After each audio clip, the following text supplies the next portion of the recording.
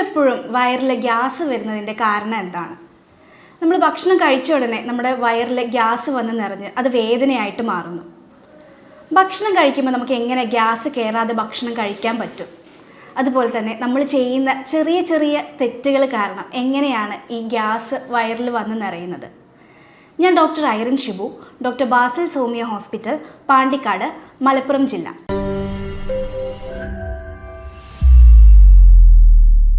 ഈ വയറിൽ ഗ്യാസ് കയറണമെങ്കിൽ നമ്മൾ ചെയ്യുന്ന കുറച്ച് മിസ്റ്റേക്കുകളുണ്ട്. അത് നമ്മൾ മാറ്റി വെക്കുകയാണെങ്കിൽ ഒരു പരിധി വരെ നമുക്ക് ഈ ഗ്യാസിനെ കൺട്രോൾ ചെയ്യാൻ സാധിക്കും. അപ്പം എന്തൊക്കെ കാരണങ്ങൾ കൊണ്ടാണ് വയറിൽ ഗ്യാസ് നിറയുന്നത് എന്നാണ് ഞാൻ ഈ വീഡിയോയിൽ ഡിസ്കസ് ചെയ്യാൻ പോകുന്നത്. നമ്പർ 1, നമ്മൾ ധൃതിയിൽ ഭക്ഷണം കഴിക്കുമ്പോൾ നമ്മൾ ഫുഡ് ഇൻടേക്ക് ചെയ്യുന്നതോടൊപ്പം തന്നെ നമ്മൾ എയറും വായിലേക്ക് കയറുകയാണ് ചെയ്യുക. അപ്പം അവിടെ ഗ്യാസ് ഫോർമേഷൻ ഉണ്ടാവും. അത് കാരണം നിങ്ങൾ ഫുഡ് കഴിക്കുമ്പോൾ സാവധാനം ചവച്ചരച്ച് കഴിക്കാൻ ശ്രദ്ധിക്കുക. നമ്പർ 2, ഫൈബർ അടങ്ങിയിട്ടുള്ള ഫുഡുകൾ നിങ്ങൾ അമിതമായിട്ട് കഴിക്കുമ്പോൾ ഈ ഫൈബർ ദഹിക്കാതെ അത് ഗ്യാസ് ഫോമിലേക്ക് മാറും. അതായത് ഇലക്കറികൾ, ക്യാബേജ്, കോളിഫ്ലവർ ഇങ്ങനത്തെ ഭക്ഷണങ്ങൾ കഴിക്കുമ്പം അത് ഗ്യാസ് ഫോമിലേക്ക് മാറുകയാണ് ചെയ്യുക.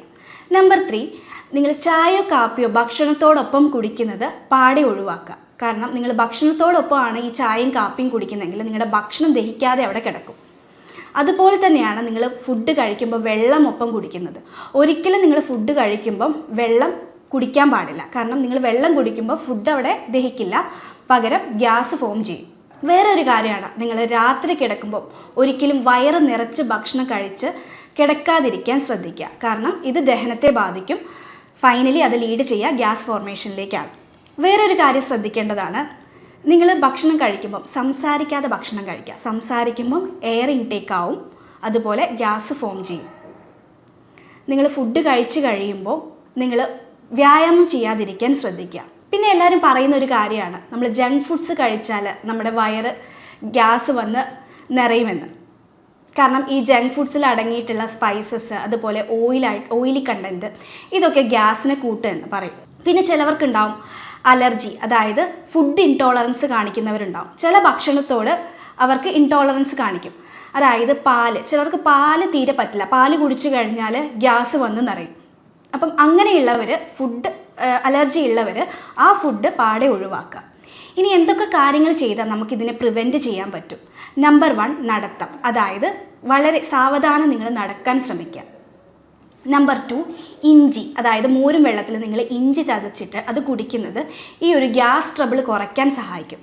നമ്പർ 3, എക്സസൈസ് ചെയ്യുക. ദിവസവും ഒരു 40 മിനിറ്റെങ്കിലും നിങ്ങൾ എക്സസൈസ് ചെയ്യുക. അതായത് നിങ്ങളുടെ ശരീരം ഒന്ന് വേർക്കുന്ന തരത്തിലുള്ള എക്സസൈസ് ചെയ്യുക. നമ്പർ 4, പ്രോബയോട്ടിക്സ് കഴിക്കുക. അതായത് തൈര് ധാരാളം കഴിക്കുക. തൈരിൽ ഗുഡ് ബാക്ടീരിയസ് ധാരാളം അടങ്ങിയിട്ടുണ്ട്. ഇത് നിങ്ങളുടെ ദഹനത്തെ ഇംപ്രൂവ് ചെയ്യുകയും അതേപോലെ ഗ്യാസിൻ്റെ ഫോർമേഷൻ കുറയ്ക്കുകയും ചെയ്യും.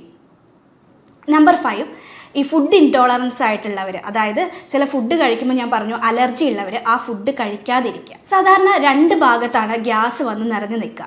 1 ആമാശയത്തിനകത്ത്, 2 വൻകുടലിൻ്റെയും ചെറുകുടലിൻ്റെയും ഇടയിലായിട്ട് ഗ്യാസ് വന്ന് നിറയും. ആദ്യത്തേത് ആമാശയത്തിനകത്ത്, അതായത് നമ്മൾ കഴിക്കുന്ന ഫുഡ് അന്നനാളം വഴി ആമാശയത്തിലെത്തും. ആമാശയത്തിലെത്തിക്കഴിയുമ്പം ഇനീഷ്യലി ഹൈഡ്രോക്ലോറിക് ആസിഡ് ഇതിനെ കൺവേർട്ട് ചെയ്യും. അപ്പം ദഹനത്തിന് എന്തെങ്കിലും പ്രശ്നം വന്നു കഴിഞ്ഞാൽ ഈ ആമാശയത്തിലുള്ള ഫുഡ് കുറച്ച് നേരം അവിടെ തങ്ങി നിൽക്കും. അതുവഴി ഈ ആമാശയം വീർത്തിരിക്കും. ആമാശയം വീർത്തിരിക്കുമ്പം അതിൻ്റെ മുകളിലുള്ള മസിലുണ്ട്, അതായത് ഡയഫ്രാം. അതാണ് ചില ഗ്യാസ് കംപ്ലൈൻറ്റ് ഉള്ളവരിൽ, അതായത് ഗ്യാസ്ട്രിക് കംപ്ലൈൻറ്റ് കൂടുതലുള്ള പേഷ്യൻസിൽ ചിലവർക്ക് ശ്വാസമുട്ടലുണ്ടാവാനുള്ള കാരണം ഇതാണ്. രണ്ടാമത് ഈ വൻകുടലിൻ്റെയും ചെറുകുടലിൻ്റെയും ഇടയിലുള്ള ഗ്യാസ്. അതായത് ഇങ്ങനെയുള്ളവർക്ക് കീഴ്വായുവായിട്ട് ഗ്യാസ് പോവും. അതുപോലെ തന്നെ ഈ ഒരു ബുദ്ധിമുട്ട് അനുഭവിക്കുന്നവർക്ക് പെട്ടെന്ന് ബാത്റൂമിൽ പോകാൻ തോന്നും. ബാത്റൂമിൽ പോയി കഴിഞ്ഞാൽ അവരുടെ ആ ഒരു ബുദ്ധിമുട്ട് കുറയെന്ന് തോന്നും. പക്ഷേ ബാത്റൂമിൽ പോയി കഴിഞ്ഞാലും ആ ബുദ്ധിമുട്ട് അതേപോലെ നീണ്ടു നിൽക്കും. ഈ ആമാശയത്തിൽ കെട്ടിക്കിടക്കുന്ന ഈ ഒരു ഗ്യാസ് പുറത്തേക്ക് പോകണമെങ്കിൽ ചെയ്യേണ്ട ഒരു ടിപ്പ് ഞാൻ പറഞ്ഞു തരാം. അതായത് നിങ്ങളുടെ 2 കൈ ഉപയോഗിച്ച്, അതായത് കൈയിൻ്റെ ഫിംഗർ ടിപ്സ് ഉപയോഗിച്ചിട്ട് നിങ്ങൾ നിങ്ങളുടെ അപ്പർ അബ്ഡോമൻ, അതായത് വയറിൻ്റെ മുകൾ ഭാഗം, നിങ്ങളുടെ വാരിയിൽ അവസാനിക്കുന്ന അവിടെ ഒന്ന് പ്രസ് ചെയ്യുകയോ അല്ലെങ്കിൽ ഒന്ന് മൈൽഡായിട്ടൊന്ന് മസാജ് ചെയ്യുകയോ ചെയ്യാം.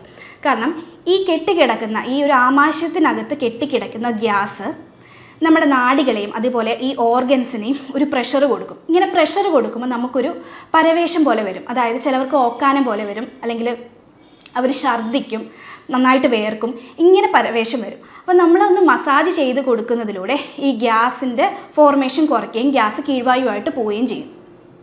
രണ്ടാമത്തതാണ്, നമ്മൾ സ്ട്രെസ്സുള്ള സമയത്ത് ഒരിക്കലും ഫുഡ് കഴിക്കാതിരിക്കുക. കാരണം നമ്മൾ സ്ട്രെസ്സായിട്ട് ഇരിക്കുന്ന സമയത്ത് ഫുഡ് കഴിക്കുകയാണെങ്കിൽ ആ ഫുഡ് ദഹിക്കാതെ വരും.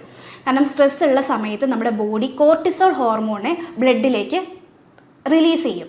ഈ കോർട്ടിസോൾ ഹോർമോൺ നമ്മുടെ ആമാശയത്തിലെ ലൈനിങ്ങിൽ ഇൻഫ്ലമേഷൻ കൊടുക്കും, അതായത് നീർക്കെട്ട് പോലെ ഉണ്ടാവും. ഈ സമയത്ത് നമ്മൾ ഫുഡ് കഴിക്കുകയാണെങ്കിൽ ആ ഫുഡ് ദഹിക്കാതെ കിടക്കും. നമ്പർ 3 നമ്മൾ ശ്രദ്ധിക്കേണ്ട കാര്യമാണ്, നമ്മൾ ടെൻഷനുള്ള സമയത്ത് ഫുഡ് കഴിക്കാതിരിക്കുക. ടെൻഷനുള്ള സമയത്ത് നമ്മൾ ഫുഡ് കഴിക്കുകയാണെങ്കിൽ നമുക്കറിയാം, നമ്മൾ കഴിക്കുന്ന ഫുഡ് ആമാശയത്തിലെത്തി ദഹിച്ചതിന് ശേഷം അത് ചെറുകുടലിലെത്തുമ്പം ഈ ആമാശയത്തിനും ചെറുകുടലിനെ സെപ്പറേറ്റ് ചെയ്യുന്ന അവിടെ ഒരു മസിലുണ്ട്. ഈ മസിൽ റിലാക്സ് ചെയ്യുന്ന സമയത്താണ് ആമാശയത്തിലുള്ള ഫുഡ് ചെറുകുടലിലെത്തുക. അപ്പോൾ നമുക്ക് ടെൻഷൻ എന്തെങ്കിലും ഉള്ള സമയത്താണെങ്കിൽ ഈ ഒരു മസിൽ റിലാക്സ് ആവാതെ ടൈറ്റായിട്ടിരിക്കും. ഇങ്ങനെ ടൈറ്റായിട്ടിരിക്കുമ്പം ഫുഡ് താഴേക്ക് പോവാതെ മേളിൽ തന്നെ കെട്ടിക്കിടക്കും. ഇങ്ങനെ ഫുഡ് കെട്ടിക്കിടക്കുമ്പോൾ നമ്മുടെ ഗ്യാസ് വന്ന് കൂടുകയും നമുക്ക് ഗ്യാസ്ട്രിക് കംപ്ലൈൻറ്റ് കൂടുകയും ചെയ്യും. അപ്പം ഇങ്ങനെ സ്ട്രെസ്സും അതേപോലെ ടെൻഷനൊക്കെ ഉള്ളവരാണെങ്കിൽ നിങ്ങൾ ഫുഡ് കഴിക്കുന്നതിൻ്റെ മുന്നേ റെസ്പിറേറ്ററി എക്സസൈസ് ചെയ്യാൻ നോക്കുക. അതായത് നിങ്ങളൊരു 4 സെക്കൻഡ് എടുത്ത് നിങ്ങൾ ശ്വാസം ഉള്ളിലേക്ക് എടുത്ത് കഴിഞ്ഞിട്ട് ഒരു 4 അല്ലെങ്കിൽ ഒരു 5 സെക്കൻഡ് നിങ്ങൾ ശ്വാസം ഹോൾഡ് ചെയ്യുക. പിന്നെ നിങ്ങൾ സാവകാശം, അതായത് ഗ്രാജ്വലി നിങ്ങൾ ശ്വാസം റിലീസ് ചെയ്യുക, മൂക്കിലൂടെ നിങ്ങൾ റിലീസ് ചെയ്യുക.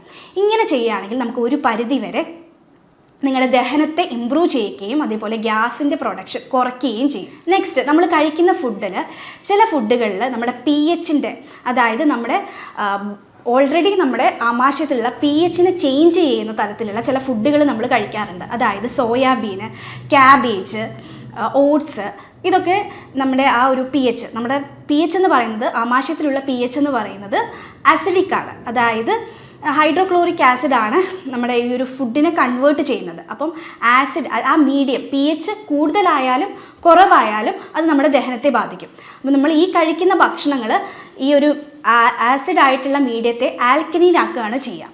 അപ്പം ആ ഒരു pH മെയിൻറ്റെയിൻ ചെയ്യാൻ പ്രത്യേകം ശ്രദ്ധിക്കുക. അപ്പം ആ ഒരു pH മെയിൻറ്റെയിൻ ചെയ്യാനുള്ള ഒരു ചെറിയ ടിപ്പാണ്, നിങ്ങൾ ആപ്പിൾ സിഡർ വിനീഗർ ഉണ്ടാവും, അത് 1 ടീസ്പൂൺ എടുത്ത് നിങ്ങൾ 1 ഗ്ലാസ് വെള്ളത്തിൽ മിക്സ് ചെയ്ത് കുടിക്കുകയാണെങ്കിൽ നിങ്ങളുടെ ആ pH മെയിൻറ്റെയിൻ ചെയ്യാൻ ഇത് വളരെ ഉപകരിക്കും. നെക്സ്റ്റ് ആണ് ഡയബറ്റിസ് രോഗികൾ. മരുന്ന് കഴിക്കുന്നവരാണെങ്കിൽ അവർക്ക് ഈ ഒരു ഗ്യാസിൻ്റെ പ്രശ്നം കൂടി നിൽക്കും. അവർക്ക് പുളിച്ച് തികട്ടൽ, അല്ലെങ്കിൽ വയറ് വീർത്തിരിക്കുക, വയറ് സ്തംഭനം, അങ്ങനെയൊക്കെ അനുഭവപ്പെടും. പാൻക്രിയാസിന് റിലീസ് ചെയ്യുന്ന എൻസൈമിൻ്റെ പ്രൊഡക്ഷൻ കുറയുകയും ബൈൽ പ്രൊഡക്ഷൻ കറക്റ്റ് നടക്കാതിരിക്കുകയും ചെയ്യും.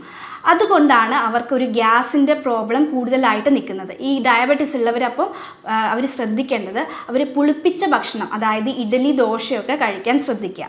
പിന്നെ നിങ്ങൾ ചെയ്യേണ്ടതാണ് പ്രോബയോട്ടിക്സ്, അതായത് തൈര് ധാരാളം കഴിക്കുക. ഇതിൽ ഗുഡ് ബാക്ടീരിയാസ് ധാരാളം അടങ്ങിയിട്ടുണ്ട്. അതുപോലെ തന്നെ ബീട്രൂട്ട് ജ്യൂസ്, ഇതൊക്കെ നിങ്ങൾ നന്നായിട്ട് കുടിക്കുന്നതിലൂടെ നിങ്ങളുടെ ഈ ഒരു ദഹനം കറക്റ്റാക്കുകയും ഈ ഗ്യാസിൻ്റെ പ്രൊഡക്ഷൻ കുറയ്ക്കാനും ഇത് വളരെ സഹായിക്കും. നെക്സ്റ്റ്, OPയിൽ വരുന്ന ചില പേഷ്യൻസ് പറയുന്ന ഒരു ലക്ഷണമാണ് ഈ ഗ്യാസ് തലയിൽ വന്ന് കെട്ടിക്കിടക്കുകയാണ്, അല്ലെങ്കിൽ വയറിൽ, കൈയുടെ ഭാഗത്ത് ഇവിടെയൊക്കെ ഗ്യാസ് ഉരുണ്ട് കയറി നിൽക്കുന്ന ഒരു ഫീലിംഗ് ഉണ്ടെന്ന്.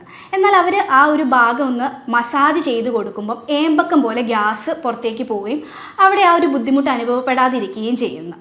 ഇതിൻ്റെ കാരണം എന്താണ്? മെയിനായിട്ടും പറയുകയാണെങ്കിൽ നമ്മുടെ തലച്ചോറും അതുപോലെ നമ്മുടെ ആമാശയും കണക്ട് ചെയ്യുന്ന ഒരു നെർവുണ്ട്, അതായത് വേഗസ് നെർവ്.